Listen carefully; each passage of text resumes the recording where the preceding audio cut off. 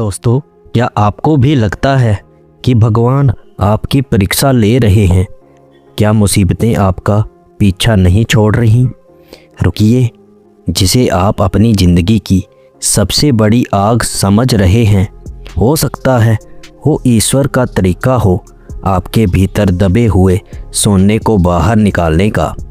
आज की यह कहानी आपकी रूह को छू लेगी और आपको सिखाएगी कि कैसे एक इंसान की पूरी दुनिया जलकर राख होने के बाद भी उसे वो मिला जो करोड़ों रुपयों से नहीं खरीदा जा सकता था। दीनू एक छोटा सा दिहाड़ी मजदूर था। उसके पास ना कोई ज़मीन थी, ना ही कोई बैंक बैलेंस। उसकी पूरी दुनिया उसकी नन्ही सी बेटी थी, जिसे वह पढ़ा लिखा कर एक बड़ा अफसर बनाना चाहता था। वह हर रोज़ सुबह उठकर कहता कि हे प्रभु, बस इतना देना कि मेरी बेटी का भविष्य संवर जाए। उसकी भक्ति सरल थी, लेकिन उसका मन कल की कंगाली की चिंता में हमेशा कांपता रहता था। एक रात अचानक उसकी बस्ती में भीषण आग लग गई। दीनू का सब कुछ, उसकी बरसों की पाई की बचत, उसका छोटा सा घर और उसकी बेटी की किताबें सब राख हो गया। दीनू सड़कों पर आ गया था। उसके पास अगली सुबह के खाने के लिए भी पैसे नहीं बचे थे। वह घुटनों के बल बैठ गया और आसमान की तरफ देखकर चिल्लाया कि हे विधाता, क्या यही आपकी योजना है? मैंने तो कभी किसी का बुरा नहीं किया। मैंने पूरी उम्र ईमानदारी से काम किया। क्या मेरी बेटी का भविष्य अब सड़कों पर भीख मांगना ही लिखा है? क्यों मेरा कल इतना अंधकार में कर दिया? फिर 3 दिन तक दीनू और उसकी बेटी भूखे ही रहे। उन्हें कोई मदद नहीं मिली। दीनू ने हार मान ली और सोचा कि शायद उसका अंत ही ईश्वर की इच्छा है। वह एक पुराने खंडर में बैठा था, तभी वहाँ एक अंधी बुढ़िया आई।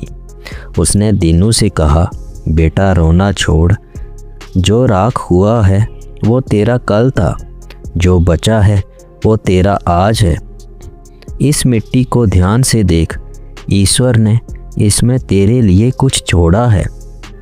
दीनू को लगा कि बुढ़िया पागल है, पर जब उसने गुस्से में उस राख को अपने हाथों से हटाया तो उसे मिट्टी के नीचे एक पुराना धातु का डिब्बा मिला। वह डिब्बा उसके पूर्वजों का था, जो शायद बरसों पहले दबा रह गया था। उसके भीतर कुछ पुराने जेवरात और एक वसीयत के कागजात थे। उन कागजातों के अनुसार वह खंडर वाली ज़मीन असल में दीनू के दादाजी की थी, जिसका कब्जा सालों से किसी और ने ले रखा था। उस विपत्ति ने वह सब कुछ जला दिया था जो बेकार था, ताकि वह सच्चा खजाना बाहर आ सके, जो ज़मीन के नीचे छिपा था। जिसे दीनू अंत मान रहा था, वह दरअसल उसके राजसी भविष्य की शुरुआत थी। आज दीनू उसी ज़मीन पर एक बड़ा स्कूल और अनाथालय चलाता है। वह अब भविष्य की चिंता नहीं करता। वह कहता है, जब मेरे पास घर था तो मुझे चिंता थी, जब सब जल गया तब मुझे भगवान मिले।